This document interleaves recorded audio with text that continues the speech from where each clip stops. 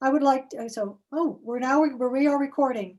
This is a community group of pastors and Rufus Woods and myself, Karen Rutherford, that they've allowed to join, gracefully enough to allow us to join. And our topic is a year-long discussion on living into inclusivity. Basically, how do we deal with the biases that we bring to the table? How do we deal with our views on racism in this complicated world? And we are doing it on a month-by-month basis. We are working with a handbook that I recommend to anyone out there. If you would like to explore it on your own, it's been excellent. It's the Racial Healing Handbook, easy to find at a bookstore. It's very good. And our topic this month here on December 17th, 2020, is the grieving process. And it explores Elizabeth Kubler Ross and the 5 stages of grieving.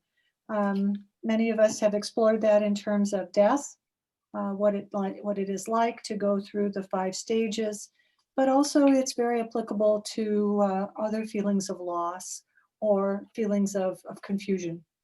And that pretty much sums up those words, loss and confusion, the situation that we are in and have been in for quite a while as a country in terms of dealing with racism. And the 5 stages are denial, anger, bargaining, depression, and acceptance.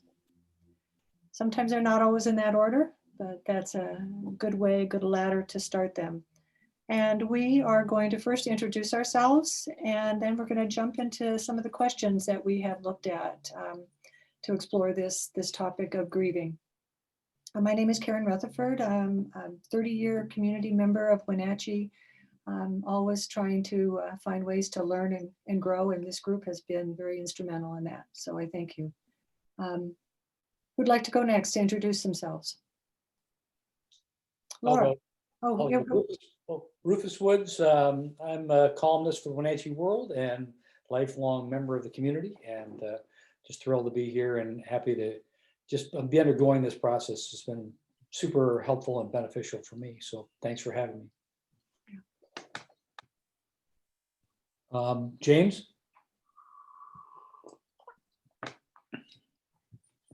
I did it. I'm James Allgard, and I'm pastor at Grace Lutheran Church in Wenatchee, and happy to continue on with this journey. Yep. How about you, Dave? Hi, I'm Dave Haven. I'm the pastor at Celebration Lutheran Church in East Wenatchee. And Laura.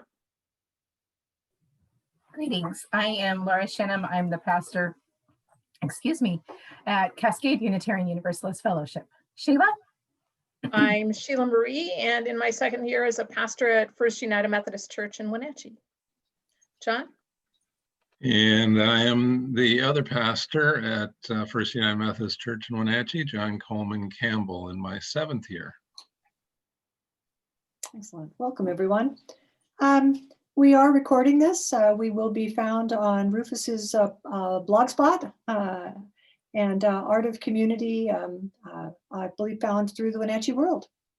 So we will be put that on monthly.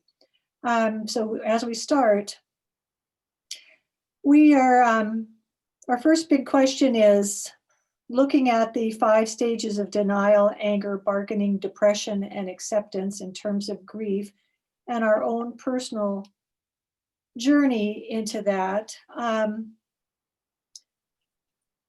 wanted to at first just go through and ask each of us, because I know, boy, I've been asking myself this. This has been a hard month for me with this topic. It's been a journey. And I think I've been in all 5 stages this month. So I have to ask everyone to just go around and just describe which stage you currently are at. I'll start, and I'll state that I currently am in the last week I was in a real angry mode. And now I'm in a real bargaining mode.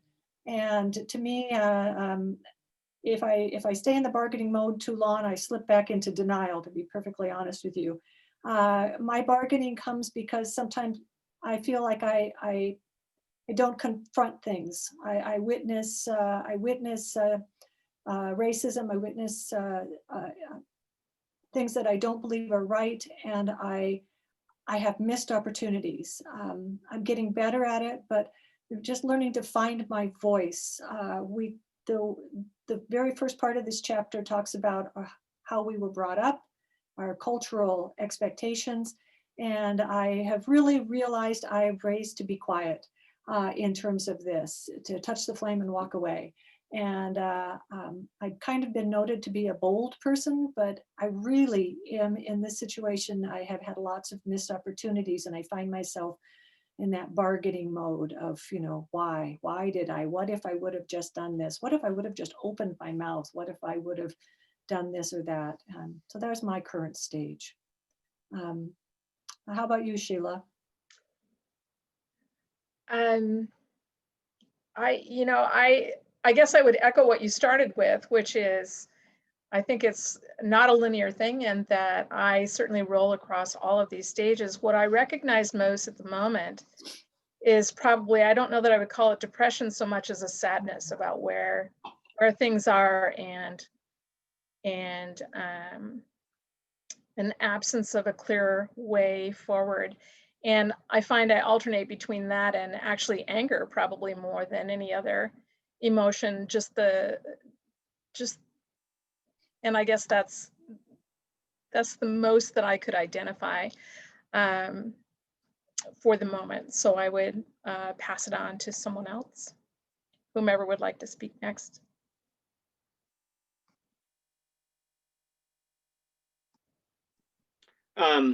This is Dave. I think I echo what you've already said, but to me, it's not depression in terms of, my own depression, but the sadness, which you mentioned, Sheila, was evident. It's like, in terms of what's going on racially and politically, and just the churning of our nation, there's just a sadness there.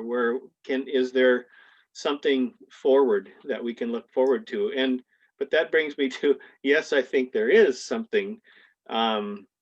The acceptance part for me is that I think even with this group and with other people who I guess I can confer with, it's like acceptance that there is something I can do even in small ways, and take one step at a time. And so I've fluctuated back and forth from anger to disbelief to, I think we could add a few stages of grief, frankly, to these 5. It's just been a bizarre time. I think maybe one stage is bizarrism. That could be a stage of grief. Because we were living in a situation now where, well, I'll just say, I ran into somebody the other day who, for instance, the vaccine is on, and how different groups are getting the vaccines, but the high risk factor groups are those of people of color, and that's been, the most affected by the pandemic. And getting a vaccine is a sign of hope. But I ran into somebody who said they were not going to get the vaccine because they had heard somewhere that they use fetal tissue to make these vaccines. So they weren't going to take it. And, whatever beliefs people have about that, fine.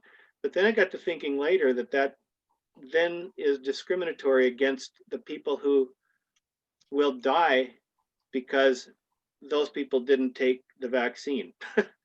So there's going to be death down the road for those people who were affected by the ones who didn't take the vaccine.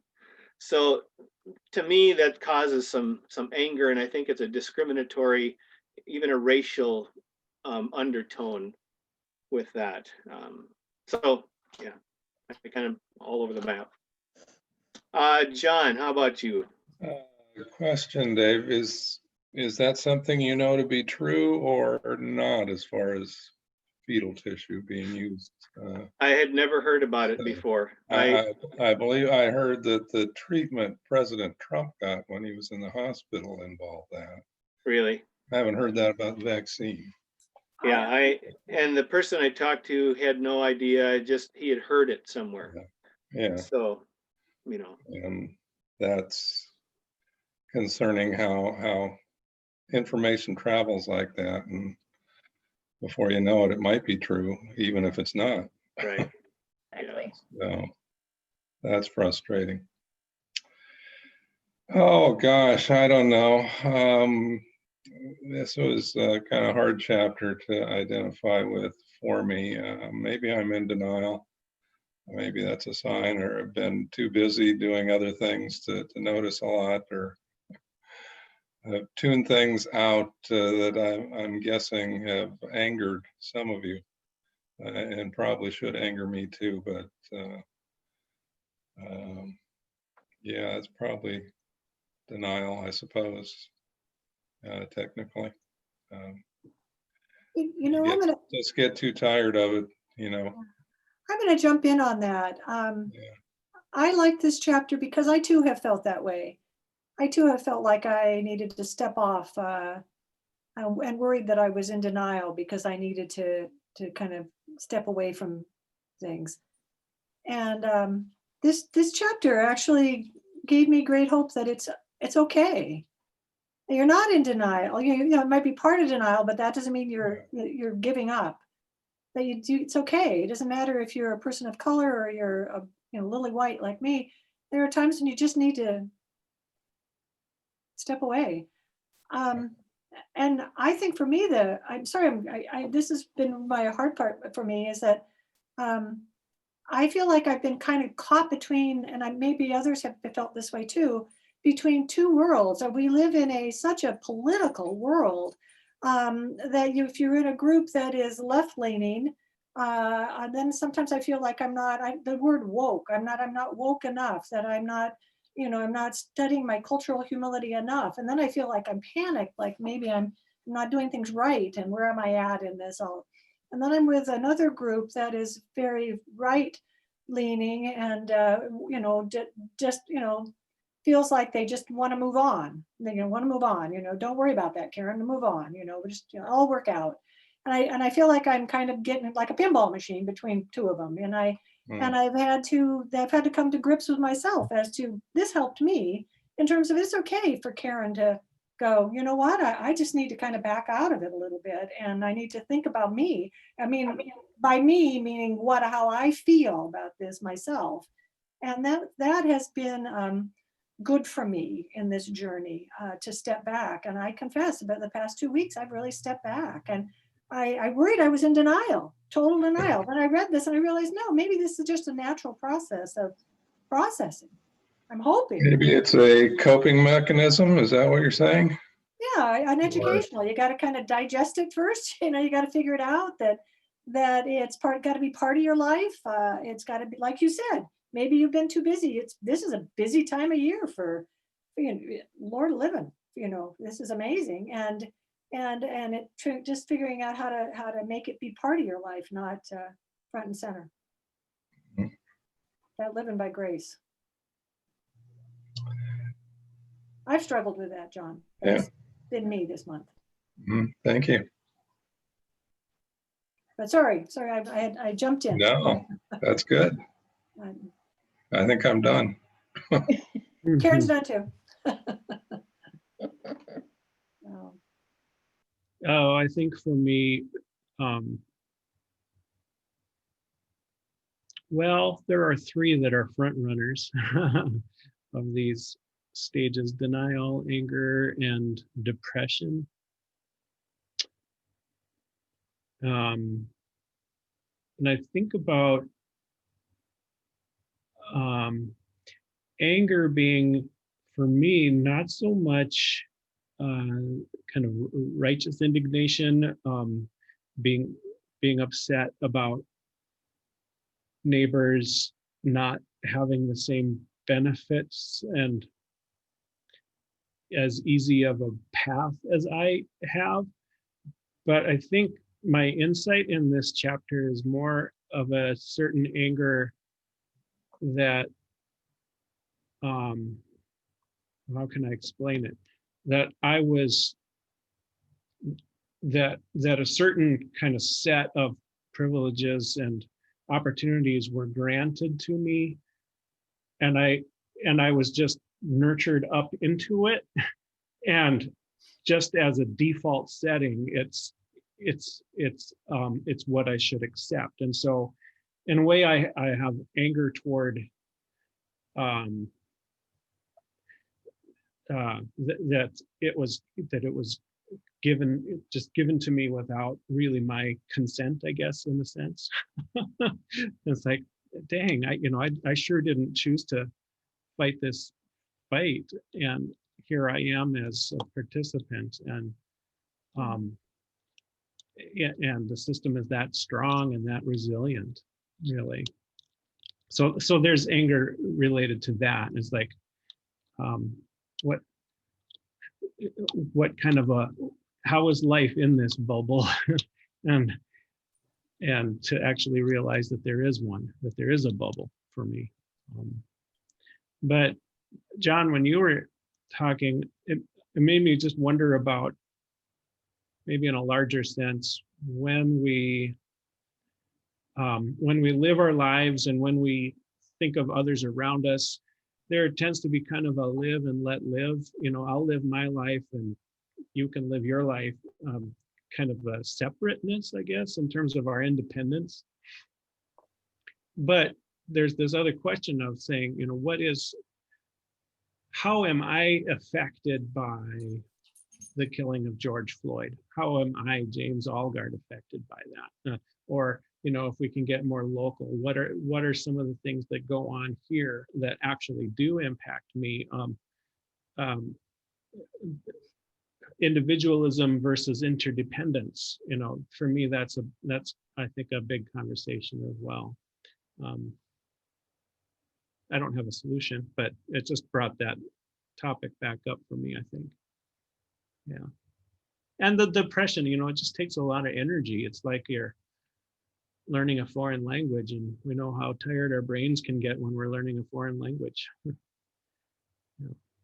So James, you're probably feeling like the #1 draft pick of the NFL next year, knowing that they're going to go to the New York Jets.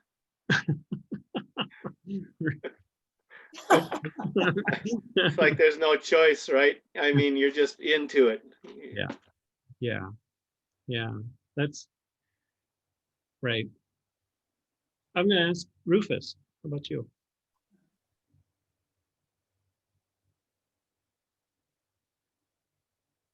Muted. Mute myself. Yeah, there we go. Sorry. Like many of you, I have been in various stages, and this is a hard exercise for me to really sit down and reflect on these stages of grief and to really start to apply it in this way. I'd never really thought about that. So this is helpful for me to kind of expand my own kind of awareness. And so I spent a lot of time in different aspects of this. The anger, the piece that I feel, I see so much denial of what is clearly, preference and a willingness to favor some over others, and I just get really frustrated with that. Sometimes it's hard to, again, step up and be counted when I know something needs to be said. And I think that the challenge for me is I'm trying to be in the acceptance phase of this as much as I can. And what I start thinking about is, how do I discern the most appropriate response in circumstance where I see something or I feel something, and I've tended to kind of just step back and not saying anything, because I know that there are some responses that can be counterproductive and that can drive further wedges.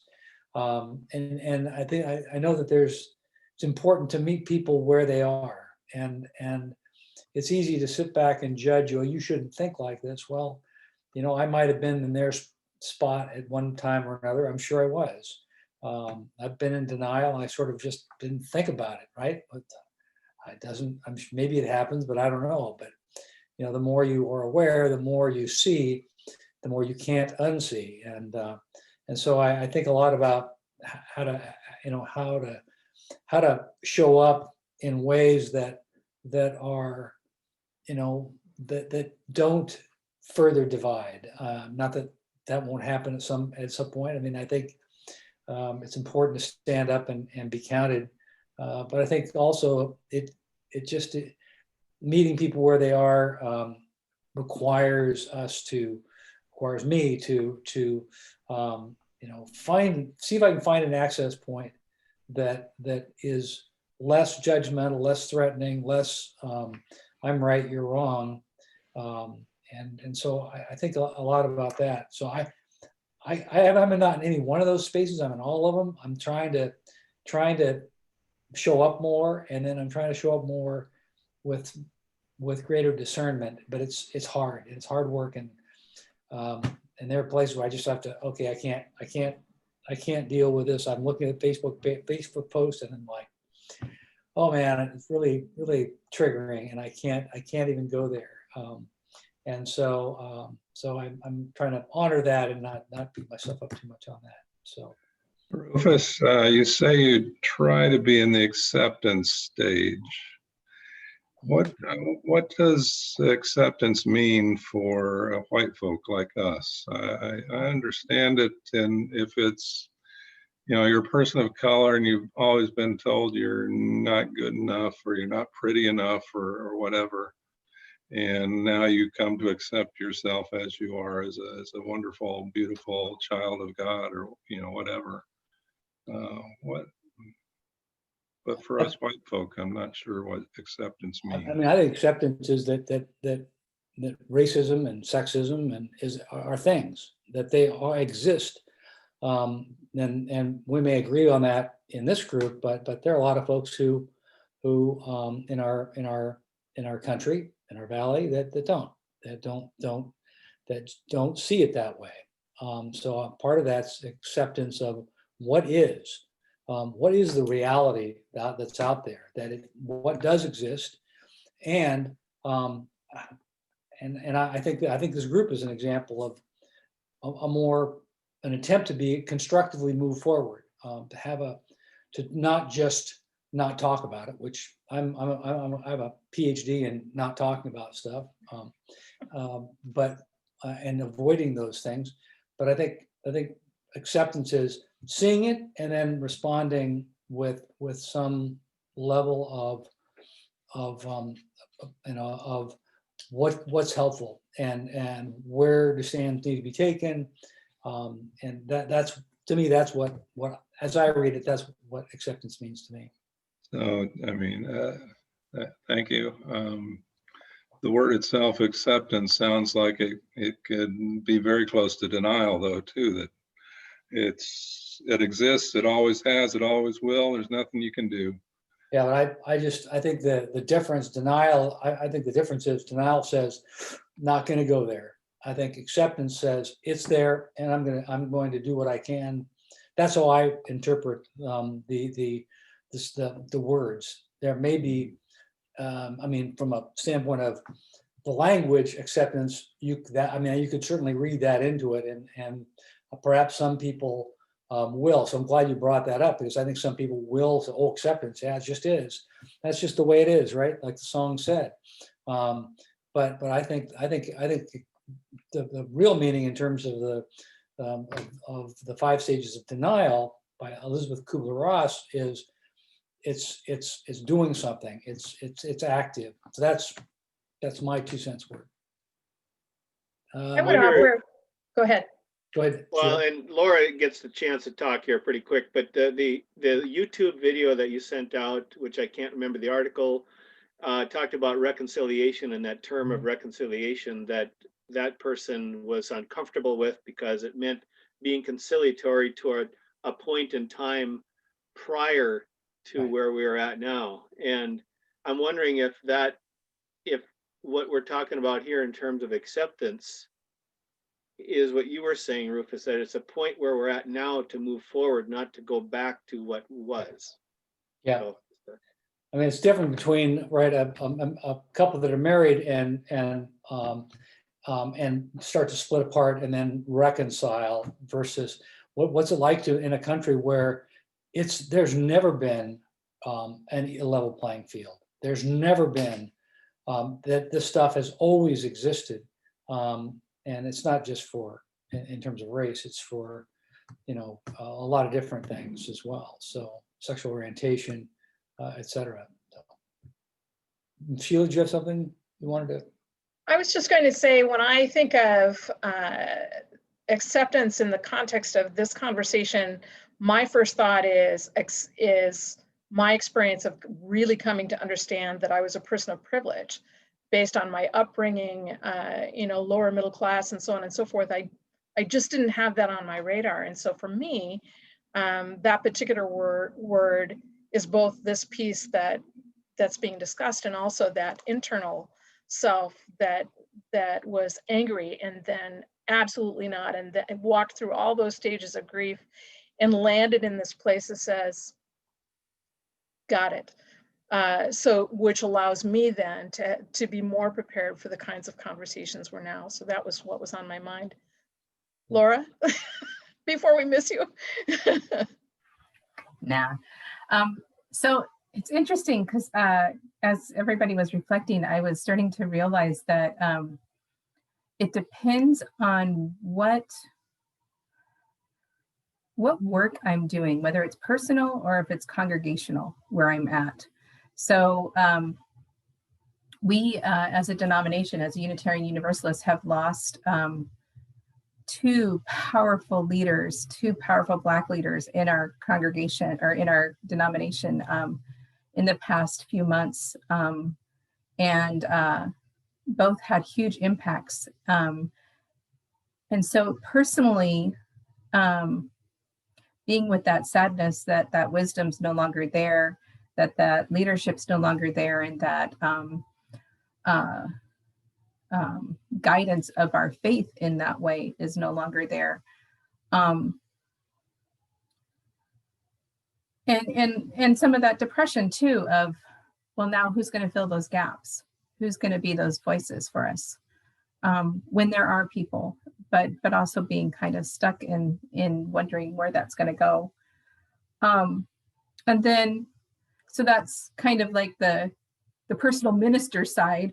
And then there's the personal me side of which are the same, but they have kind of different roles. But the personal me side who just learned and read something the other day where a person of color, a Black person, was calling 911 and for a family member who was COVID positive and were having trouble breathing. And the person said, well, when their lips turn blue, call back and we'll send somebody. A Black person's lips do not turn blue. And being just angered by that and that response, and come on, aren't we further along than that we have the ability to respond to somebody in an emergency situation that, and this wasn't local, just this was not local, but where's our training and that whole like, well, understanding of not questioning, that I grew up of not questioning medical professionals, but then also getting angry and trying to figure out, and then finding other examples of how medical practices have allowed that to, I knew about the experiments, but that today's tools are not standard across races, that there are things that we use that do not pick up the same kind of readings between Black people and white people. So getting frustrated with that.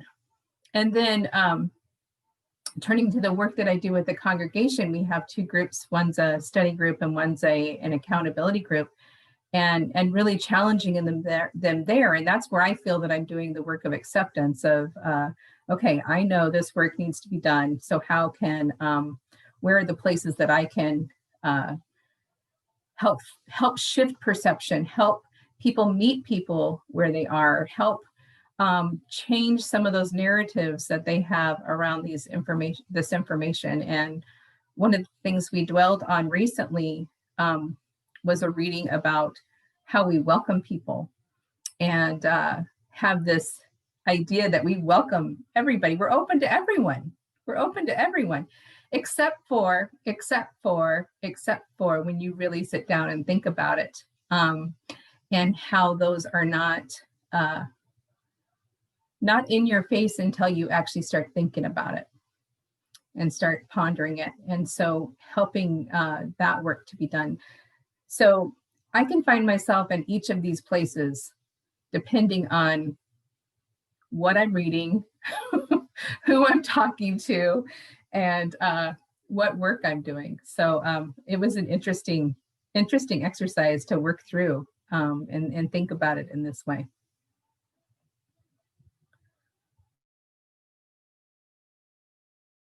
And I would add exhaustion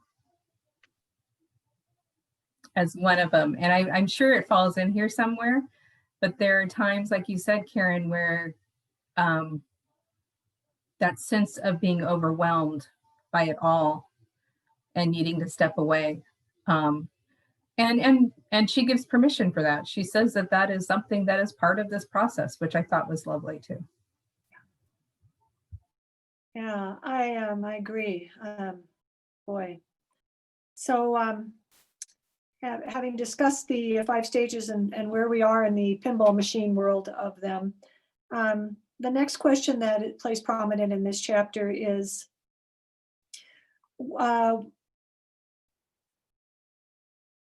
we think about the role that we play within this role of within racism, as white people, and it states what feelings do we come up and so really the question begs, what role do we play? What role is Karen playing right now? What am I hoping to play? And how are my feelings for that? I'll start. I feel like the role I have currently is just to keep moving forward, to keep learning, to keep exposing myself to new cultures, to keep my eyes and my ears open to those around me, to learn, and then to take what actions that I feel are appropriate for responses in terms of working forward. I've been working with I'm on the board of a local nonprofit. We're opening a new charter school, and it is a charter school that is located in South Wenatchee. It will be, we hope to have the majority of our school be from the community, so they will be Latinos, but we also hope to have a good mixture. And so far, our recruitment team has been really pretty remarkable. We have about 30 to 40% of our population that has signed up already. We already have about 70 6th and 7th graders signed up to begin next fall. But it's also challenging for me then to know how I, a 64-year-old white woman, fits in with helping start a charter school in a Latino community. And I actually have been called I've actually had the word, the statement, white savior. I will use the word thrown at me. That's probably not the right word to use, but how it felt. And so I've had to come to terms with, what does that mean? And what am I trying to do? Am I stepping in where I shouldn't be? Or what is that? And that's been my journey. That's been my journey this past month, is to try to really figure that out. And I've come to peace and to acceptance with the fact that I can only be Karen. I can only do what I can and do the best I can and keep learning. And boy, I've learned a lot. But I've also learned that it talks about those feelings. Those are my feelings of kind of confusion, and trying to figure out where that goes forward. slowly but surely. How about you, James?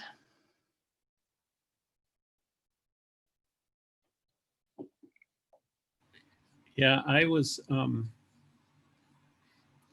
echo what others have said regarding this chapter. It's a tough one. I don't want to just make stuff up, but it sometimes feels like I'm doing that because it's like, whoa, just, kind of getting into this frame of mind is it's a new experience. But I think that kind of more in a public way, by virtue of being a faith-based organization leader, as a pastor, at least as I'm reflecting in this question, I say that I'm an agenda setter, and I'm also a convener. And so this means that I have a privileged position where I can introduce some discomfort in service to a more holistic vision. So that's tricky though, isn't it? To introduce some discomfort, because it's a very relational thing, and it's very, what should I say? Well, I don't think fragile is quite right, but it depends on a lot of relational capital in order for, I think, it to be successful. And if the climate that we have around us is so, if there really isn't an experience of the middle, or of compromise, or of two people saying publicly to one another, I would like to think about what you just said, because that's starting to make better sense to me, right? We don't hear that very much, right? And so as a convener and an agenda setter, I worry about, how well received is that? How much can we bring to the kind of public conversation, either as a faith community or more? What's the dosage before it just becomes toxic? And I feel like it's just very, very small incremental nudges in that direction until we start to experience maybe a better sense of trust to one another in relationship. So on some level, I feel kind of stuck. I know that I could convene way more than I do. And some of that is my own fear about upsetting the boat, causing ripples, which is all about emotionality and reactivity inside me. So I'm acknowledging on the one hand that I'm an agenda setter, and on the same token, I know that I don't take that opportunity very often. Mm-hmm. I really appreciate that. Appreciate your words. Yeah. Laura, how about you?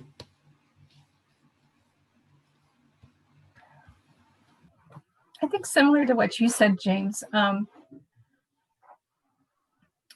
also,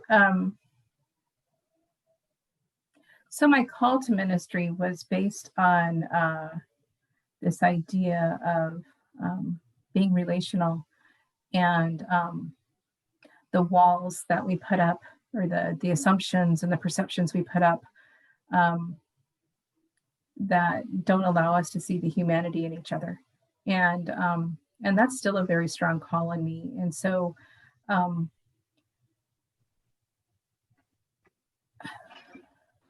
as far as the role that plays, I think one of the roles that I play that is important as a truth teller, and helping to find that truth, whether it be about ourselves, about our situations, about our world, about our society, and helping people understand that and walk through that. I'd also like to think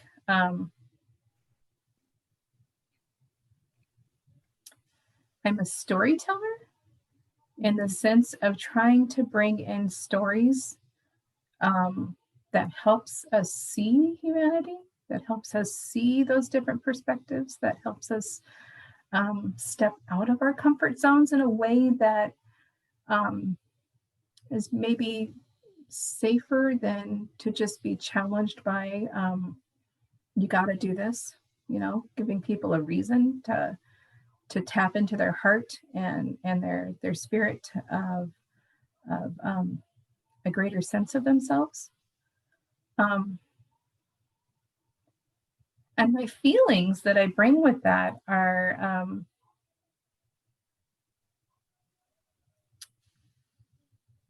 sometimes a real sense of frustration that people aren't hearing hearing what I'm trying to say. What did you just say? That people aren't hearing what I'm trying to say. Sorry. So a sense of frustration. Yo, you're silly. Okay, I got it. So some frustration and this, like, you know, getting tripped up by learning something new and going, oh my gosh, there's another blind space that I have. That, so trying to balance my own learning and growing and trying to bring people along with that as well. And I'd also say that I'm a gatekeeper. And that's a hard one to reconcile. And I see it in resources that the church has. You know, we have different ways that we help and do things. And I'm the one that gets to, so to speak, enforce that. And whether it be through policies or through giving or what have you. And that's not a comfortable position to be in all the time. So that's something that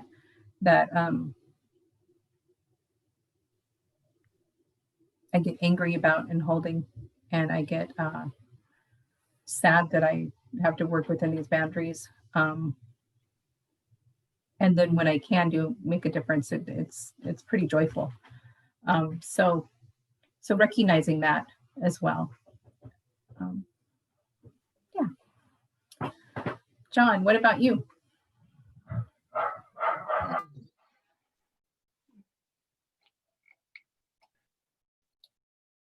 I'm going to go back to something you said earlier, Laura, about welcoming everyone, I think. And I think that's a wonderful progressive thing to do and say. We like to think we are. And I suppose we'll welcome everyone who is willing to be like us. or as long as there aren't too many of them. You know, one or two might be fine, but if they start to be a big group, then we might have to change. And that may be introducing some of that discomfort, James. Anyway, my role. I guess, or I don't know if this is a role, but I am thinking that of recognizing when I'm in a place of discomfort, I guess, and not dismiss that if I hear, you know, somebody telling their passionate story. And that's not my experience, but that doesn't mean it's not true. And how do I get more from them and be willing to hear and say, maybe there's more than one truth. And how do I help other people in the congregation or elsewhere to see that it's just a different reality or a different way of being. That doesn't make yours or mine wrong either, but it doesn't make them wrong either. You know, it's just different. And if we're lucky or good or whatever, intentional, we might learn from that and be blessed as well. But I don't know, trying to be less judgmental and hoping others would be likewise. Yeah. Sheila, you want to correct me on anything? Go ahead. That's what associate pastors are for. Well, I don't know about that. I will offer that when I first read this particular question, I from a personal point of view, and echoing something I heard James say earlier today, I didn't ask for this skin that I was born into and the privilege that sits inside of that, but that was my literal read. And then thinking about it and also listening to the comments so far, something Laura said what caught my ear, because my call as a pastor is to meet people where they are and then move forward from there, find a path forward from there. And so when I think about it in the context of this conversation and how much more that can be, if I'm the person of privilege in a conversation or in an interaction, part of that meeting people where they are is to stop talking and to really create a space to listen and, you know, as John said, recognize my perception is going to be different than someone else's in any context. And there's no right or wrong so much as an opportunity to hear and listen and come to a place where we can move forward, not so much about agreeing to disagree as accepting one another where we are. And part of my sense of how I do that as a pastor, again, echoing something Laura said, is really as a storyteller in how I present that in sermons or classes or other kinds of things. What would happen if, or I wonder about this, as ways to be more open. And so I don't know how I would describe that role, but that's kind of what sits in me in the moment, especially as I listen to other conversation there. Rufus, any thoughts? Yeah, thanks, Sheila. Yeah, thinking about my role, I've tried to, I mean, to me, it's evolving, and I'm trying to find ways to be helpful in the community, to try to build some bridges. I think that one of the great challenges we have in our society, and social media really makes this brutally apparent, is the sort of either or, this or that, and rather than both and to me, there are pieces of the truth in all perspectives, and none of them have all the truth. And I think that what I've tried to do with my writing is sort of try to lean into and hopefully present topics and issues in ways that that aren't, here's how you should think, but instead are, you know, here's a way to look at this. Let's take somebody else's perspective. Let's put ourselves in their shoes, and then let's think about what the key questions are. And so for me, you know, this, and I'm, you know, it's touchy stuff. It takes a lot of energy, and it takes, and there, you know, as one who's not super conflict, a super conflict guy, I try to avoid it. It's been, I've really had to really force myself to lean into that, but that's where, you know, back to what Sheila said, which is, you know, meeting people where they are, and I think there's way too much discounting of, you know, I see opportunities. I see a friend of mine on Facebook posted, it was something, and I wish I would have engaged him in a positive way with this. I didn't engage him at all, but he said, well, I'm for protests that are nonviolent protests. He said, except except I don't agree with a protest, and I'm against protest where somebody kneels down on the ground and during the flag salute. It's disrespectful. It's like, wait a minute, you can't be, I'm thinking at the moment, you can't be, I'm for it, but I'm against it. Wait a minute, how do you get to choose, or how do we all get to choose what's appropriate in terms of a response? Is it a nonviolent response? Yes. Who's being hurt? It certainly is far less damaging than what the officer who kneeled down on the neck of the fellow and killed him. I mean, with kind of nonchalance, right? And so, I missed an opportunity there to meaningfully engage. And I think doing it on Facebook probably is a lousy way to do it. It just invites blowback. And I think the way I'm starting to think about it is having some offline conversations that are a little more, hopefully constructive than getting in the middle of all of the turmoil that is the nightmare that is social media today.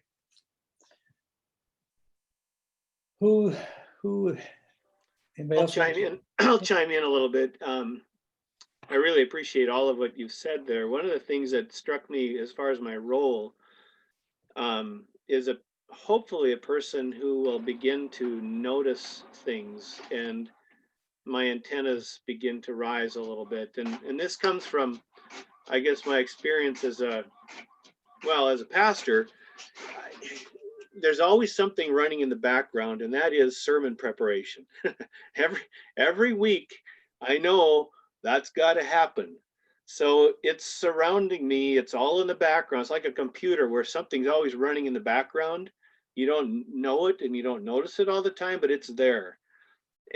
But along with that are all the other things that are popping up during the week. The death of a parishioner, or a counseling situation, or it can be anything. It could be a beautiful sunset. It could be anything. And so to start noticing everything that happens, knowing that this is running in the background, my role is to take those things and, if possible, to integrate that into a sermon or into a conversation. Our kids sent this subscription to this thing called Storyworth, and so they're sending questions all the time, and we're supposed to answer. And one of the questions was, what advice would you give to your great grandchildren? And first I said, I have to have grandchildren in order to get great grandchildren. But be that as it may, one of the things I made a list of 10 things, and number 8 and 9 I switched. It was 1 through 7, and then I put 9 such and such, notice things, and then 8. And as people went through 1, 2, 3, 4, 5, 6, 7, 9, 8, 10, most people wouldn't see the switch of numbers. And it was an attempt to cue ourselves into those little things and keeping the antennas up. And so for my role is to do that, is to notice things, and then if possible to reveal those in one shape or another to other people. So Dave, I'm noticing in the background my printer is printing stuff here, so it's noisy. Dave, you mentioned your great grandchildren, and it made me think. Heck, I think I was a kid in a church camp or something. Somebody said, and I believe it was about Native American culture or thought, that they would think about, their ancestors for multiple generations, I don't know, 7 generations or something back, and also their descendants 7 generations forward who, they wouldn't necessarily know them. But how does what I am doing now, what relation does that have to them? How would what I do affect the ones in the future, or honor the ones in the past? a lot of the culture society we live in now is so present oriented, not thinking very far back or very far forward, I think. Yeah, good point. Yeah, that we do need to at least keep our eyes up. I'm a skier, and so one of the things that, and this is for anybody, whether you're walking or skiing or biking, they say, don't look at your feet. Don't look right down, but look ahead, 20, 30 yards or feet, and Right. and your eyes will guide you where you're going. But if you're looking at your feet, then you're not being guided. I think you're supposed to learn that in driver's ed too. It works in bicycling too. If you look at the rock, you're going down a thing, looking at it, you'll hit it every time. I know I have personal experience. I have kind of a question that maybe for all of us, but is one of our roles to apologize? Wow. To whom, for what? Yeah, I think that's part of the question, is it gets kind of sticky when we get into particulars, right? Uh-huh. Mhm. Well, within the Methodist denomination, we've seen that too. Asian populations and First Nations, or the Native American population. So when you first said that, I thought, gosh, interesting question that says we acknowledge something that wrong has been done and we want to somehow make amends. And something else that floated that maybe sits inside of this a little bit is the word peacemaker came to mind as I was listening. And I, as a kid and in early years, for sure, would keep the peace by taking on blame for something if it would reduce conflict or whatever. And now I wonder how that applies here, whether it's apologies or that creating of space, not to keep peace, but to create a space where that can grow from, if that makes sense. Just a thought.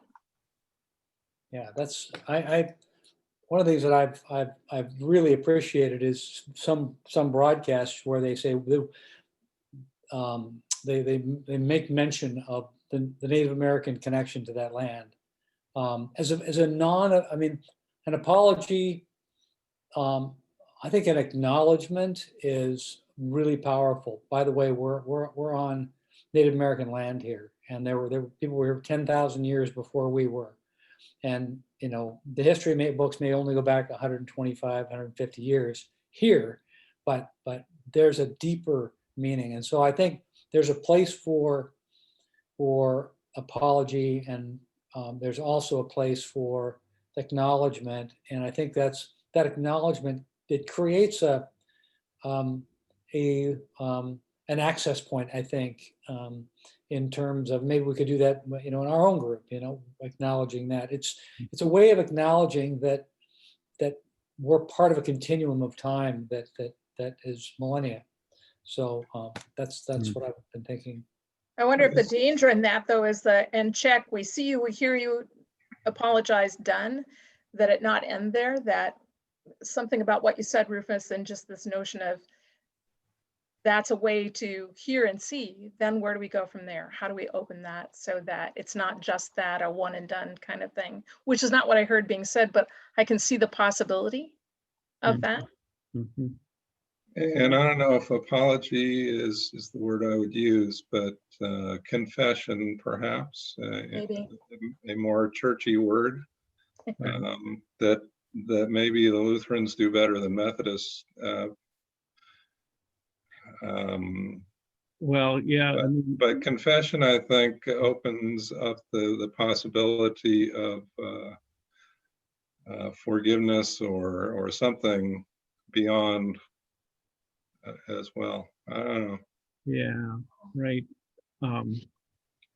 As a person who kind of functions inside of ritual and liturgy, words that we've inherited, words that we'll pass on, and the action of blessing, right? It's not a one and done kind of thing, but it's a return to like a sense of kind of wholeness or restoration until the next time. But, you know, is there a way that that can be gifted, you know, out in a more public or secular way? And that would be just kind of interesting. I remember, like, for example, when the pipeline was being protested in North Dakota, and there were some Native official and an American official. There was blessing happening there, and some kind of an acknowledgement or a confession, and that actually made national news. You know, there's something to that, I think, that provides space for perpetrators and victims alike. One of the things that I thought of when you were talking, James, is that in the fall, we do a forgiveness ritual. And one of the things that I incorporated this year was because in doing this work, you get to places where you feel that guilt and that shame of what either your ancestors have done or what you've done, or, you know, all these different things. And so I built into that that ritual places for us to forgive ourselves and forgive our ancestors, and to then step forward to do the work again, knowing that this is going to come around again in a year. You know, this isn't something that, oh, we've checked the box, we've gotten forgiveness and we've forgiven ourselves, but knowing that we're going to stumble and we're going to be human and we're going to keep making mistakes, that we're going to have to keep forgiving ourselves to and keep stepping back into the community, into the work. So that's what, when you said that,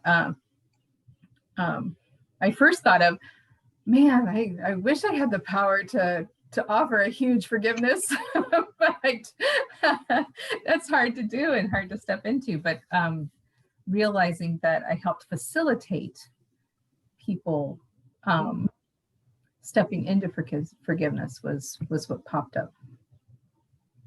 I was listening to Krista Tippett's interview with Brian Stevenson, the author of Just Mercy, and he was talking about a newspaper in it was Memphis or Louisville, I can't remember exactly where, but he had a reporter saying, well, why are you not sort of communicating with us? And he says, well, there's not a lot of trust. And he went back and found that the articles during the period of lynchings, in which they were basically complicit in what had happened in that community, and which elicited an apology, which was a directed, specific look. We acknowledge this went on. We were part of the problem. I think that's important to do with. Not all of us can make that direct connection, but there's an aspect to that, which is understand what happened as a aggregately and individually. And so I thought that was pretty powerful.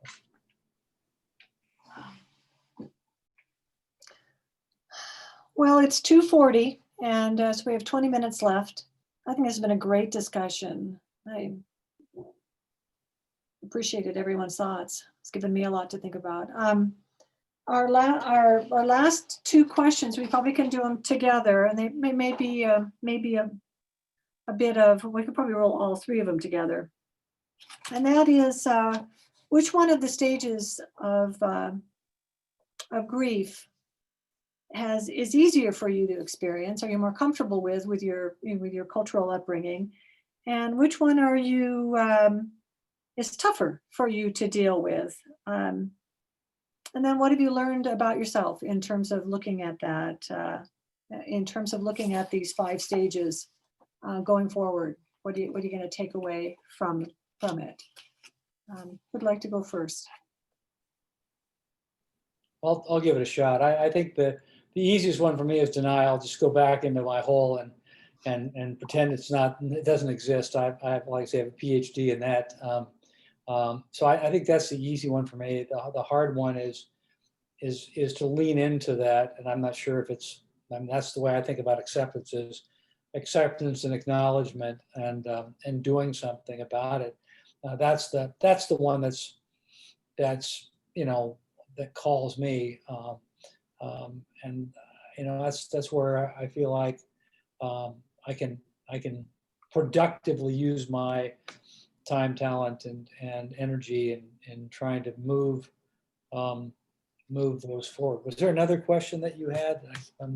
Well, the third one is kind of a general reaction to the sages. What in kind of a wrap it all up in terms Yeah. of 5. Gotcha. So I think for me, it's been, I think it was helpful to take this time and kind of step back and take a look. It was not an easy exercise. It was not an easy chore. But it was, as I spent time reflecting on it, things became clearer. And I think it did, give me greater encouragement to continue to try to find constructive ways to engage, constructive ways to move forward myself as an individual and in the work that I do and how I interact with people in the community. And not to go back into my hole, which I'm familiar with. So I thought it was a powerful chapter, but not an easy one.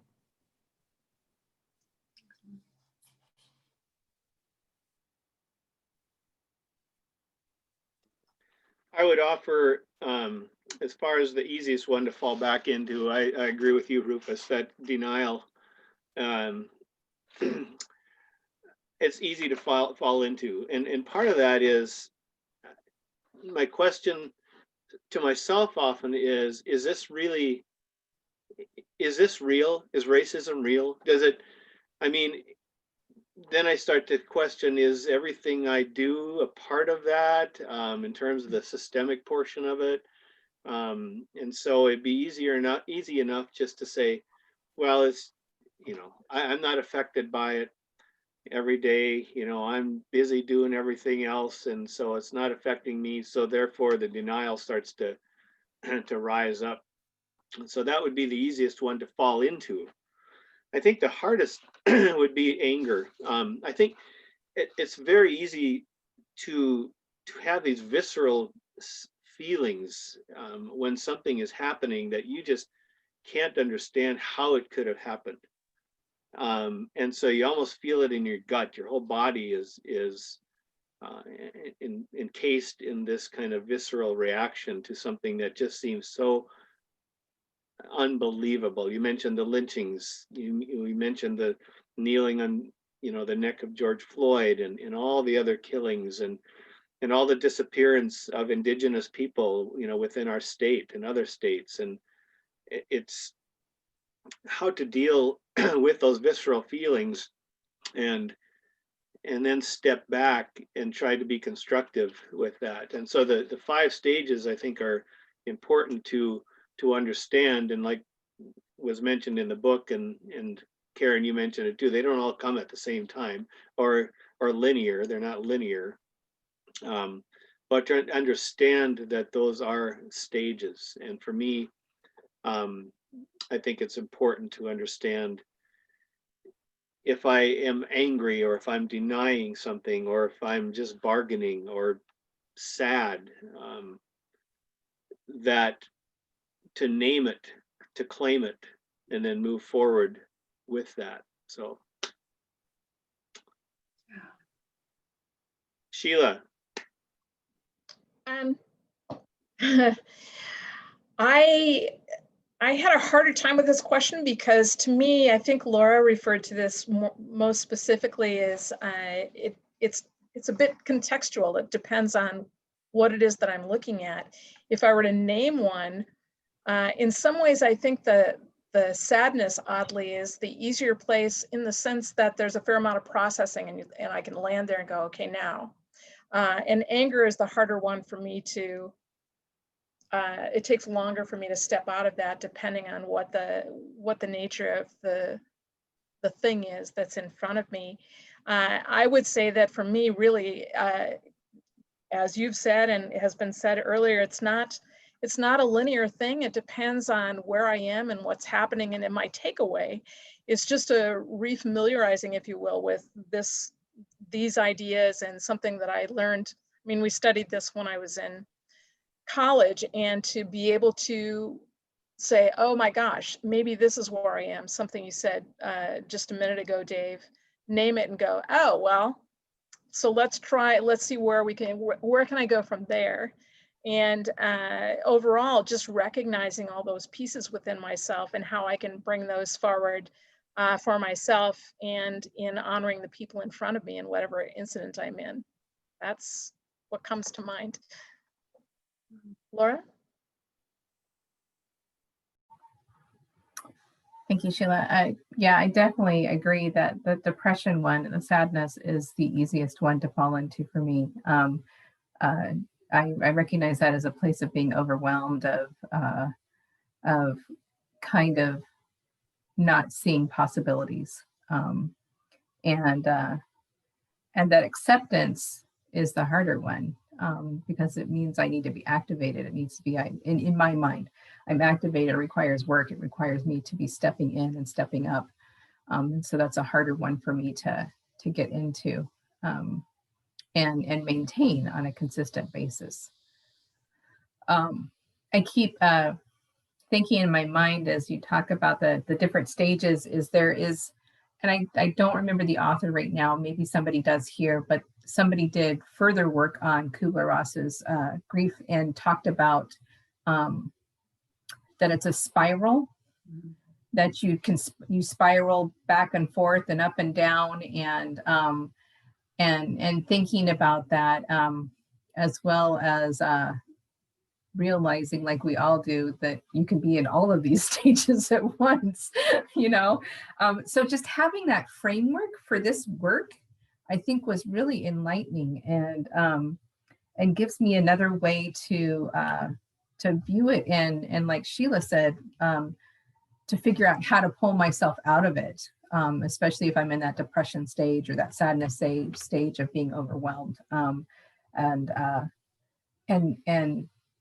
allowing, like we know with all grief work, that there are times space is needed. There is time for reflection. There is time for caring for oneself, and there's time for going forward. So breaking down those either ors, Rufus, and making a both and in those conversations. So what about you, Rufus?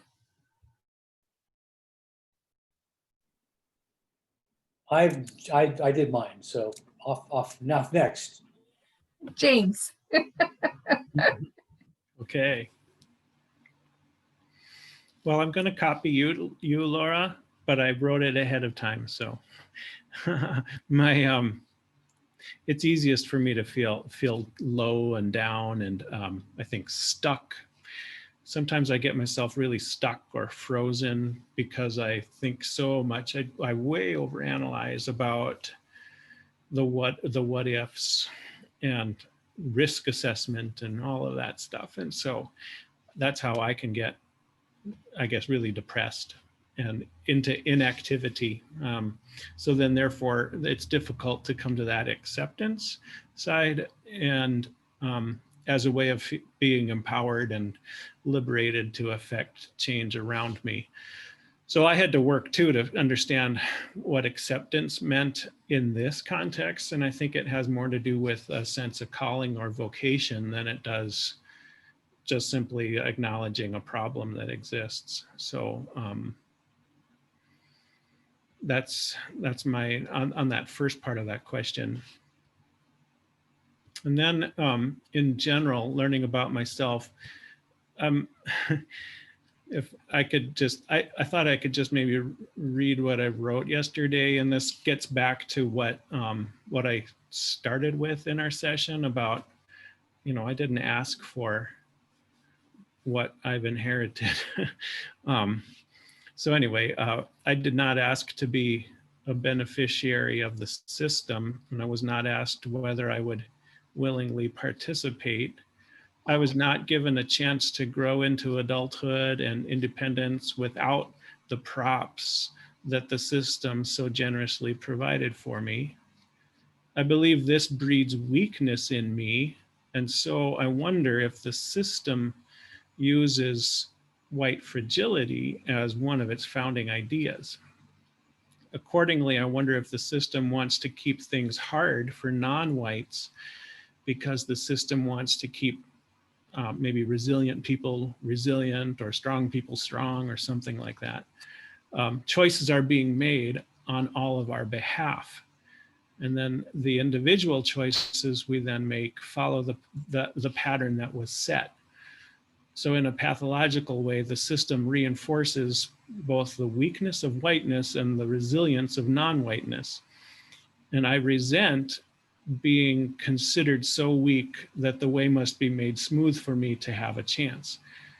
In yet another pathological way, systemic racism in a way disregards both whites and non-whites in their individualities by just lumping and grouping and saying, you must be this, you must be that.